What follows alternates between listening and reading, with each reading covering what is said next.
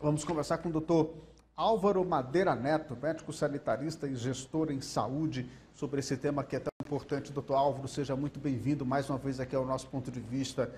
Tudo bem com o senhor? Tudo bem, muito bom dia a todos. É um prazer novamente estar aqui. Prazer todo nosso. Doutor, tá tão importante falar sobre a tuberculose. Parece que é uma doença antiga, que a gente não escuta mais falar, mas, ao contrário, ela está cada vez mais presente na rotina dos brasileiros e brasileiras, né, doutor? Infelizmente, de fato, é uma doença antiga, mas, infelizmente, como você bem começou colocando, a gente ainda é uma realidade para a gente. Então, o Brasil ainda amarga ter números que não deveria ter mais de pacientes com tuberculose. Isso mostra a profunda desigualdade que existe no nosso país e a profunda necessidade dos gestores públicos de lançarem um olhar muito especial em relação a esse tema. Então, a gente sabe que é uma doença que você tem uma vacinação, e é importante lembrar que houve uma queda na cobertura vacinal importante de uma forma geral, mas, sobretudo, na BCG, que é a vacina para tuberculose. Então, a gente observa uma queda importante e, com isso, enfim, o desdobramento é a gente ter a presença ainda de casos de tuberculose. Doutor, o senhor destaca que os dados da OMS revelam que no Brasil, infelizmente, a gente está liderando esses números absolutos da incidência desses casos de tuberculose nas Américas. São mais de 33% das notificações aqui no nosso Brasil. Por que dessa incidência tão alta da circulação dessa doença aqui no nosso país, hein, doutor? Como eu falei, assim, isso é a expressão da profunda desigualdade que existe no nosso país. Então, a gente está falando de populações vulneráveis que estão mais sujeitas à propagação dessa doença. Então, assim, é o momento, esse dia que se separa como marco de reflexão em relação à tuberculose, é um momento importante para que a gente reflita como sociedade e que a gente haja como sociedade, e que a gente cobre também coletivamente aos nossos representantes ações efetivas realmente, ações reais que tenham desdobramentos reais. Então, realmente a questão da vacinação deve ser bastante cobrada e a questão das medidas preventivas, do diagnóstico precoce, isso do tratamento precoce, da adesão ao tratamento. A gente está falando de um tratamento de uma doença que leva aí em torno de 6 meses. Então, o que a gente observa também é um grande número de abandono de tratamento. A pessoa começa a fazer o tratamento e abandona. Então, isso também deve ser foco de atenção. Doutor, vamos falar um pouquinho sobre a doença em específico e os seus sintomas. Para quem é acometido com a tuberculose, quais são os principais sintomas que a pessoa acaba sentindo e impacta diretamente no corpo? Os sintomas iniciais são a perda de apetite, febre vespertina, perda de peso, cansaço, uma tosse que não passa, uma tosse seca, que perdura aí por mais de 15 dias, 20 dias, 30 dias. Então, isso são sintomas. Não são sintomas específicos, não são sintomas, são sintomas também de outras doenças, mas esse conjunto que eu falei aqui fazem lembrar a necessidade de um rastreio mais específico. Doutor, um tempo bastante distante, mas nem tanto assim, o município de Quixeramobim ficou conhecido porque o Manuel Bandeira, o escritor Manuel Bandeira, veio aqui para a nossa cidade para circular justamente de uma tuberculose, por conta dos ares, que era uma cidade que tinha, sobretudo aqui na sede do município, né, tinha um ar muito bonito, o rio, era um ar puro, e aí eu, claro, parafraseando a história aqui da nossa cidade, e essa importante figura que veio se tratar de tuberculose aqui no nosso município, eu lhe pergunto, essa história do ar puro e estar num ambiente adequado para o tratamento da tuberculose, isso ajuda nessa recuperação para que a pessoa se livre dessa doença, não? Ajuda, não só isso, mas isso é um fator importante, sim, sem dúvida nenhuma. em relação à tuberculose ou em relação também, como também em relação a outras doenças. Então, você está num ambiente com ar puro, saudável, um ambiente que tem um clima também agradável, isso vai favorecer o bem-estar de uma forma geral.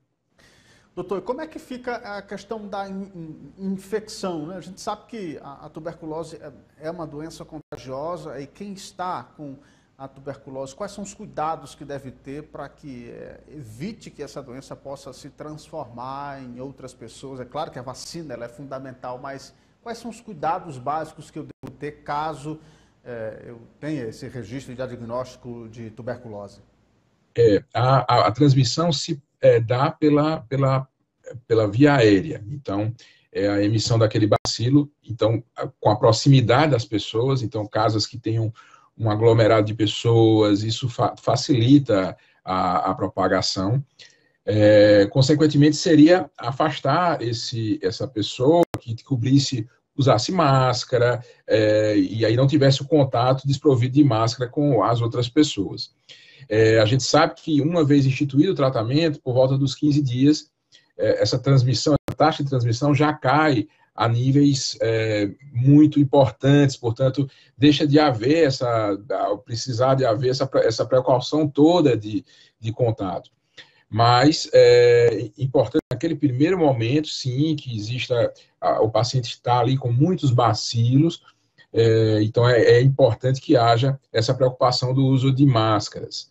Então, a gente sabe que, potencialmente, uma pessoa pode vir a contaminar mais 10 ou 15 outras pessoas. Então, isso importa desse número para a gente ter noção da importância mesmo de quanto é fundamental a medida preventiva e o diagnóstico precoce e a instituição do tratamento precoce também.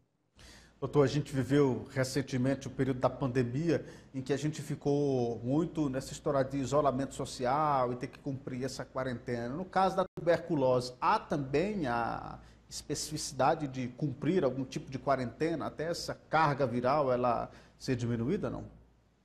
Existe uma quarentena no sentido de que o tratamento deva ser instituído e essa carga deva diminuir a níveis que não contamine mais outras pessoas. É como se você tivesse aí outra doença completamente diferente, mas uma gripe, né? Você não tem como sair desprovido de máscara espalhando aquilo ali para todo mundo. A mesma coisa a questão da tuberculose. Aquele início ali, o médico deve ser consultado, o tratamento deve ser instituído, e depois de alguns dias, isso vai melhorar e a pessoa volta a ter o convívio natural e normal. Mas o principal, acho que um ponto assim de informação importante deve ser sempre o posto de saúde, a unidade básica de saúde perto da residência. Então, as dúvidas lá, eles têm todo o material do Ministério da Saúde, eles têm toda a condição de atender a população e de esclarecer as dúvidas e de ofertar esse tratamento gratuitamente através do SUS. Justamente a minha próxima pergunta era justamente nesse sentido, se o tratamento ele é ofertado gratuitamente no SUS e se a gente encontra no postinho de saúde mais perto da casa da gente, né? Encontra no postinho de saúde mais perto e sim feito pelo SUS e é um sistema que funciona. Então existe sim essa disponibilidade, mas mais uma vez volto ao que eu falei, existe também a percepção de muitos colegas infectologistas que apontam a não continuidade do tratamento, por ser um tratamento longo, né? Um tratamento de 6 meses, a pessoa se sente melhor e abandona ali o tratamento. Então, é importante também alertar a população, primeiro desmistificar a pessoa que tem tuberculose, não se sentir afastada da sociedade, não é isso. E é importante que essa pessoa tenha a noção da importância que ela de fazer uso da medicação, de fazer o tratamento completo aí ao longo dos meses. E o acompanhamento, naturalmente. Doutor, vou fazer agora 2 perguntas mais técnicas para o senhor nos auxiliar. Primeiro, peguei tuberculose, me tratei, me curei. Posso pegar de novo? Segundo,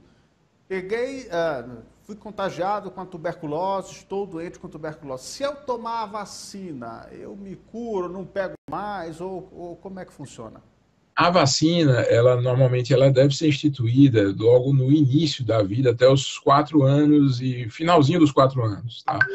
E ela livra da cobertura dos casos mais graves, ela cobre aqueles casos mais graves de tuberculose, mas ainda assim existe a possibilidade de uma reinfecção, mesmo para quem já teve, é menos comum, mas pode acontecer, tá? Então, e a vacina, ela não cura a tuberculose, ela previne que se tenha os casos mais graves de tuberculose. E, enfim, às vezes a pessoa até teve um caso tão leve que nem ficou sabendo que teve, né? Porque tem uma imunidade aí bem embasada e bem balizada pela vacinação. Perfeitamente. Dicas importantes, informações importantes sobre essa doença que a gente acha que não está perto, mas ela está circulando no nosso meio e é preciso que a gente fique atento cada vez mais. Doutor, falando sobre as vacinas, a gente viveu um período muito complicado na pandemia, de muita desinformação. O senhor acredita que esses resquícios ainda dessas fake news sobre vacina, isso impactou diretamente no Plano Nacional de Vacinação, na confiança das pessoas sobre a vacina? Você imagina que a volta com mais força da tuberculose no nosso país tem também a ver com essa onda de fake news contra a vacina no Brasil? Sem dúvida.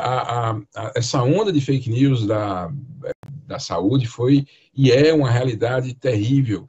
Então, eu sempre lembro que na época da pandemia, do auge da pandemia, a gente combatia como médico ali a doença, então nas UTIs, nas emergências, enfim, e a gente também tinha que combater a onda e a pandemia de fake news que a gente vivia.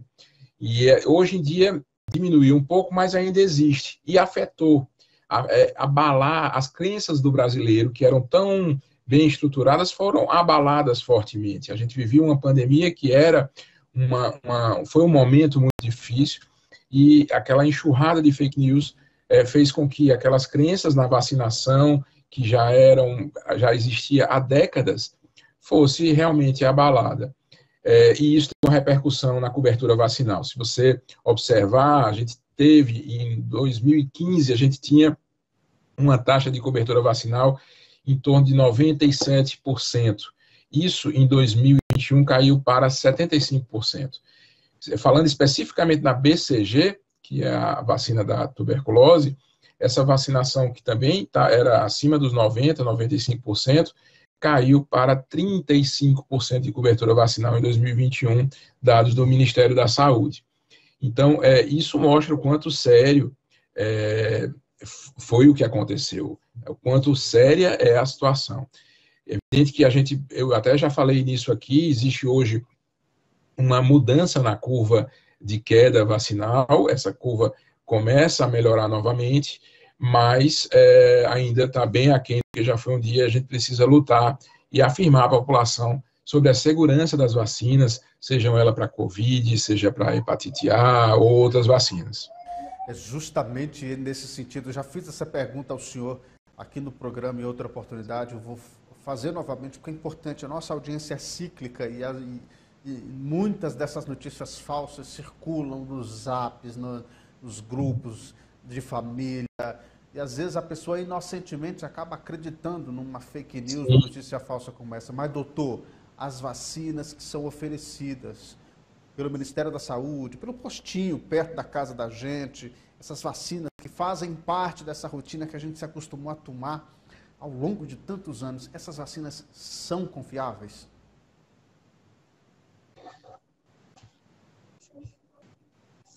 O senhor me ouve, doutor? Só um minuto. Ouço, agora voltou aqui, deu uma sumida. Mas eu ouvi a pergunta, são confiáveis? A gente tem no Brasil uma série de organismos reguladores, fiscalizadores, que funcionam de forma independente, formado por pessoas muito, muito experientes, muito tituladas. Então, a gente pode ter a segurança de que as vacinas que são liberadas pelo Ministério da Saúde, pela Anvisa, são vacinas seguras e estão aí para dar cobertura à população e para evitar que a população venha a reencontrar doenças que não cabem mais a gente, em pleno 2024, precisar lidar com elas. Então, é importante que a população tenha essa segurança, tenha essa consciência, e é importante também que os governantes promovam sempre uma onda de educação permanente. É fundamental que a gente não largue mão dessa história que a gente tem de tantas décadas de sucesso em programas como é o PNI, o nosso Programa Nacional de Imunização. Palavra de quem entende, meus amigos. Doutor Álvaro Madeira Neto, aqui no nosso ponto de vista, falando sobre tuberculose e dando esse alerta importante sobre como tomar a vacina no tempo certo é fundamental para livrar a gente dessas doenças. Doutor, não para deixar medo na nossa audiência, mas se não tratada adequadamente, a tuberculose pode levar à morte, não é mesmo? Pode levar à morte, infelizmente. É uma doença que ela vai agravando, ela é tratável assim, de forma, leva uns meses, mas não há nenhum desafio no tratamento da tuberculose, mas uma vez não sendo tratada, realmente ela pode evoluir com um quadro de complicações e levar, eventualmente, até a morte. Por isso ficava o alerta. Doutor, para a gente fechar, se o senhor pudesse deixar um recado aqui para a nossa audiência, qual recado seria esse desse Dia Mundial da Tuberculose? Foi ontem, mas ontem foi domingo, hoje é segunda-feira, acho que vale a pena, importante esse registro. Que recado é esse que o senhor deixaria? O recado é para que a população procure sempre os caminhos mais legítimos de informação, os canais mais legítimos de informação. A gente tem a internet hoje que eu sei que dá abertura a uma série de situações que não são embasadas. Eu sei que a população não é uma culpa, não se trata disso, mas eu apelo aí para que realmente procurem sempre órgãos oficiais, sempre realmente a informação no seu posto de saúde e tenham a segurança e a certeza que, de fato, existem pessoas e técnicos embasados em ciência, buscando sempre o melhor aí da população, o melhor para a saúde da população. Perfeitamente. Doutor Álvaro Madeira Neto, muito obrigado pela participação mais uma vez aqui no nosso ponto de vista, sempre à disposição para a gente falar temas importantes e prestar um serviço fundamental para a sociedade cearense. Muito obrigado pela participação e até a próxima.